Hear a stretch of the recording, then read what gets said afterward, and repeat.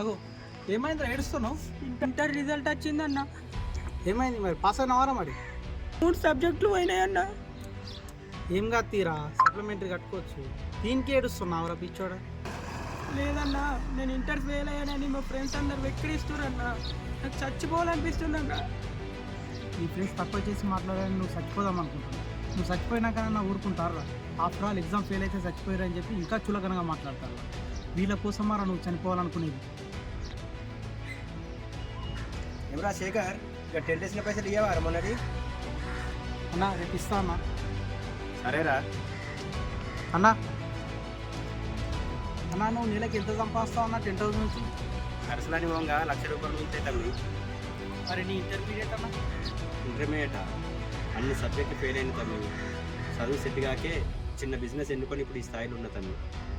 చూసావా, బతుకున్నాడు కాబట్టి ఈ స్థాయిలో ఉన్నాడు. అదే అప్పుడే చనిపోయి ఉంటే ఏదైనా బతుకుండి సాధించాలి.